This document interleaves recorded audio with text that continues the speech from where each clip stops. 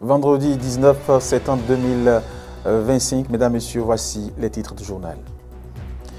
Les présidents d'institutions se sont réunis ce vendredi matin au Conseil économique et social. Objectif, présenter leurs condoléances au président du CES, Conrad Baguidi, suite au décès de son vice-président. Ils ont également laissé quelques mots dans le cahier de doléances. Le compte rendu dans un instant. Le système d'internat continue de diviser les opinions, discipline, autonomie et concentration d'un côté, isolement et manque de chaleur familiale de l'autre côté. Un expert en éducation nous livre son analyse sur les avantages et les inconvénients de l'internat. Et puis en sport, l'affiche de la finale des playoffs de la Move Africa League Pro 1 est connue. Pour la 4e fois de suite, Flores et Adidja vont s'affronter dans un duel qui s'annonce passionnant plutôt. Toujours le public et de handball sera au rendez-vous. Voilà le développement dans un instant.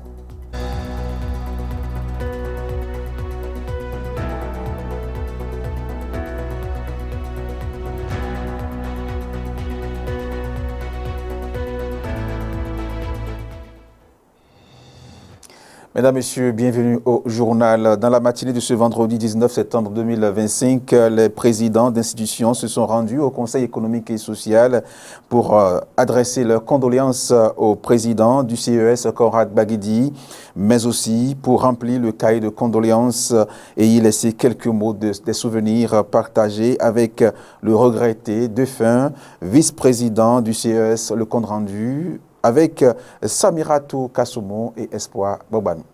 C'est une forte délégation des présidents d'institutions qui s'est rendue au Conseil économique et social pour remplir le cahier de condoléances du deuxième vice-président du CES, décédé le mardi 2 septembre 2025 à l'âge de 70 ans. Le président de l'Assemblée nationale, chef de délégation, a donné l'objet de leur présence. Face à cette douloureuse séparation, en tant que président d'institution, nous pouvons rester en marge de tout ce qui est organisé. Alors nous sommes venus accompagner notre collègue Conrad Baguidi dans cette dure épreuve qui le frappe. Pour ne pas revenir sur le passé, ça devait pouvoir nous préoccuper. Nous sommes venus donc l'entourer de notre affection et de notre proximité priante pour qu'il puisse avoir le courage de traverser ces moments difficiles. Comme souvenir de l'homme, le président de l'Assemblée nationale a partagé beaucoup de moments avec le regretté disparu. Personnellement, moi j'ai de longs souvenirs depuis le lycée. Depuis le lycée et surtout à travers les luttes au niveau de la jeunesse estudiantine, de la jeunesse scolaire, de l'UGED, où nous avons beaucoup sympathisé avant de nous retrouver, après au niveau partisan. Donc moi j'ai beaucoup de souvenirs de lui, chacun a ses souvenirs de lui, mais ce que je garde de lui, je sais que c'est lui, il a été le pionnier à l'Assemblée nationale depuis la première législature, il a été le pionnier des textes fondamentaux qui ont meublé les différents aspects du règlement intérieur. Il a beaucoup voyagé pour mettre en place ces textes-là, pour consolider aujourd'hui les textes qui nous régissent à l'Assemblée aujourd'hui. Donc moi j'ai beaucoup de souvenirs, surtout au niveau du partisan et la lutte que nous avons menée à l'Union fait la Nation.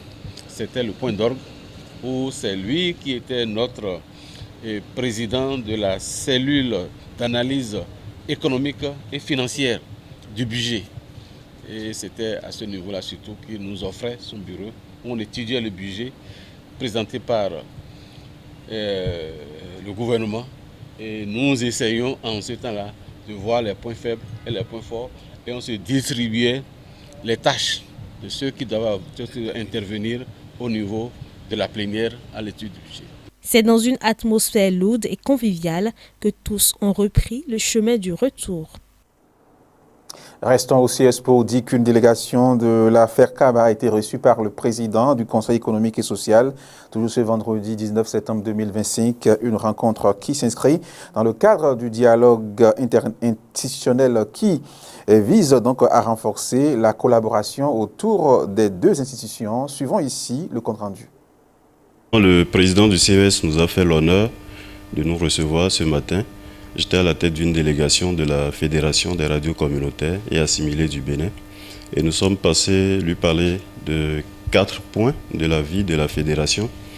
Nous avons parlé de la vie des radios en général. Et nous avons profité pour échanger avec lui d'un plaidoyer, un vieux plaidoyer de reconnaissance du rôle de service public rendu également par les radios communautaires. Il nous a écoutés. On a profité pour lui parler également du double événement que la fédération célèbre, organise en octobre. Il s'agit de la célébration du 25e anniversaire d'existence de notre institution, couplée à la 2e édition du Salon international de la radio et du numérique, qui accueille beaucoup d'internationaux, des étrangers, mais aussi des professionnels d'ici, de notre pays, des chercheurs, des praticiens. Donc nous lui avons exposé le contenu de ce projet qui mobilise assez de monde parce que nous avons à la fois des activités festives mais aussi des activités intellectuelles. Il a compris. Et enfin, nous avons parlé des possibilités d'avoir un cadre stratégique d'échange avec l'institution qu'il dirige, le CES. Nous avons profité d'ailleurs pour lui dire toute notre admiration de ce que le CES est devenu, toutes les initiatives qu'il prend. Nous avons remarqué que le CES en pleine métamorphose est rénové et ça c'est à son actif, nous n'avons pas manqué de le lui dire. Il nous a prêté une oreille très attentive, cela nous a réjouis. Il s'est engagé à nous accompagner dans notre plaidoyer, à nous accompagner dans ce que nous faisons. Il soutient également l'événement et c'est déjà important pour nous. La suite, nous allons continuer à réfléchir pour la collaboration. Je l'annonçais en titre, le système d'internat continue de diviser les opinions entre discipline, autonomie et meilleure concentration pour certains et sentiment d'isolement ou manque de chaleur familiale pour d'autres. L'internat suscite encore beaucoup de débats. Un expert en éducation nous éclaire aujourd'hui sur les avantages et les inconvénients de l'internat. Écoutons donc son analyse. Il y a de toutes les manières bel et bien des avantages. Parce qu'il faut comprendre qu'il y a de ces parents qui ne sont pas disponibles. De par leur travail, parfois ils ne sont même pas au pays. Et ils veulent que leurs enfants restent dans leur pays afin de recevoir une bonne qualité d'éducation. À partir de ce moment, ils sont dans une stratégie de gestion déléguée. C'est vrai que les parents ne sont pas là, mais ils confient leurs enfants dans un endroit où leurs valeurs y sont. Donc il y a bel et bien des avantages parce que quand vous laissez ces enfants sans tuteur, sans responsabilité de parents, il y a un risque qu'ils aillent dans tous les sens. Mais on sait qu'à l'internat, il y a des hommes, il y a des femmes, aussi parents, qui peuvent assurer dans la mesure du possible la qualité de l'éducation, la transmission des valeurs et la scolarisation des enfants. Donc, ça a des avantages en ce sens que quand les parents ne sont pas disponibles, il y a quand même une disponibilité qui accueille l'enfant. Il y a un environnement dans lequel l'enfant reste et on est sûr que l'enfant n'est pas livré à lui-même, que l'enfant n'est pas livré à des bêtises de l'extérieur, excusez-moi l'expression, aux contre-valeurs qui n'ont pas assuré une bonne qualité du processus de socialisation de l'enfant. Donc les avantages, c'est qu'il y a un cadre de qualité, il y a des hommes et des femmes qui sont là, qui sont comme des tuteurs, qui pourront représenter valablement dans la mesure du possible les parents qui ne sont pas disponibles. Donc il y a bel et bien des avantages. Et mieux, quand vous prenez souvent ces internats, je dis bien souvent, c'est que l'école n'est pas loin. Donc non seulement il y a un suivi scolaire, mais il y a aussi un suivi des valeurs. Donc, il y a un lien qu'on fait entre l'école et la maison à l'internat. C'est comme si l'internat, c'est en même temps la maison, mais c'est en même temps l'école. Donc, il y a bel et bien d'avantages parce que l'enfant qui va prendre le chemin de sortir de son cadre de vie, prend le risque de beaucoup de choses. Mais quand l'école est aussi la maison, c'est qu'on met les deux ensemble et on fait tout pour que l'enfant puisse atteindre ses objectifs. Donc, il a bel et bien des avantages. Quand l'enfant est très jeune, il vient à l'internat, il a besoin d'affection. Il a besoin aussi de faire un peu de bêtises pour faire un peu, excusez-moi, un peu de bébé qui va vite lui manquer. Donc cette rupture dans son processus de socialisation, ça va jouer. Mais quand l'enfant a un certain âge, on ne voit pas, mais très jeune, Vraiment, je pense que pour aller à l'internat, à moins que vraiment c'est extrêmement urgent, il faut atteindre un certain âge avant que l'enfant aille à l'internat.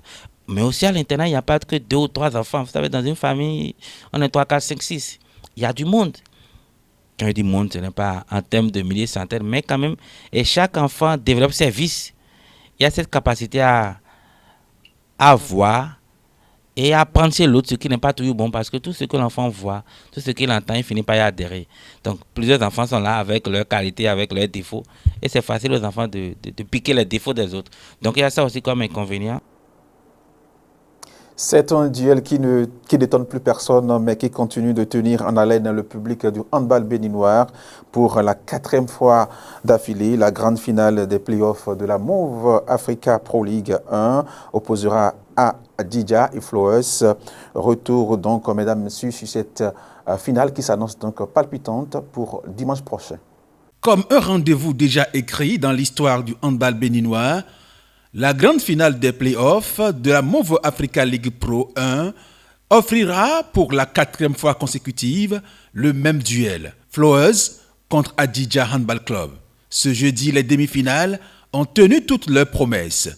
Riches en intensité et en suspense, les Flowers sont venus à bout des académiciens, tandis qu'Adidja a écarté l'ASPAC de la course au titre. Le décor est désormais planté pour une affiche devenue classique. 2 équipes, 2 styles, 2 rivalités qui passionnent les amateurs du handball national. Qui sera donc sacré roi du handball béninois? Réponse ce dimanche 21 septembre 2025 au terme d'une grande finale qui s'annonce explosive.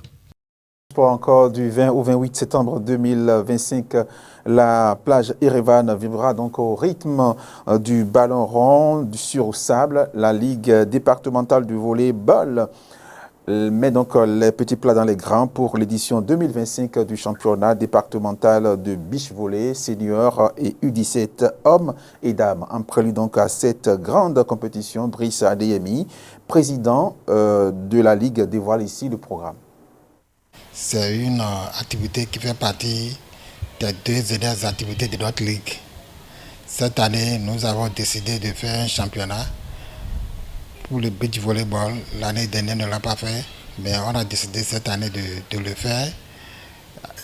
Et l'innovation, c'est d'impliquer aussi les plus jeunes. On a décidé de faire ce championnat pour les catégories U17 et également pour les seniors. On avait l'habitude d'organiser les compétitions pour les seniors, mais comme on a vu que les jeunes aussi commençaient par s'intéresser à la discipline, on a voulu les mettre aussi en compétition pour voir ce que ça va donner. Raison pour laquelle cette année on a décidé de faire un championnat en bonne et due forme pour la catégorie U17 et également pour les seniors. Bien sûr dans la catégorie hommes et dames. Et chez les dames, au niveau des U17, nous avons eu 8 équipes inscrites, 8 paires plutôt. Au niveau du beach on parle de paires, il y a 8 paires ainsi que chez les hommes. Donc au total chez les dames il y aura 16 paires. 8 paires qui seront réparties en 2 poules, qui vont dégager les 2 premiers après les préliminaires ce week-end. Ce week-end, ce sera la plage de Rivana à partir de 14h où les paires vont s'affronter. Et au niveau de chaque poule, nous aurons les 2 premiers qui vont se qualifier pour les demi-finales. Et le week-end du 27-28, on va faire les finales pour déterminer le champion de cette saison. Ce sera la même chose, puisque au niveau des seniors aussi, c'est pratiquement le même schéma. Et c'est le lieu de remercier toutes ces équipes qui ont quand même envoyé leur paires pour participer à ce championnat. C'est une première. C'est qu'à la plage, il y a du monde. Mais malgré ça, nous demandons à tous les amis sportifs d'effectuer un déplacement pour venir découvrir du beau jeu, du beach volleyball. Et ce serait vraiment intéressant. C'est ici que prend fin cette édition, mesdames, messieurs. Merci de l'avoir suivi. Mais n'oubliez pas de vous abonner à nos différentes plateformes Matin Libre Télévision. Il ne reste qu'à vous souhaiter bon week-end.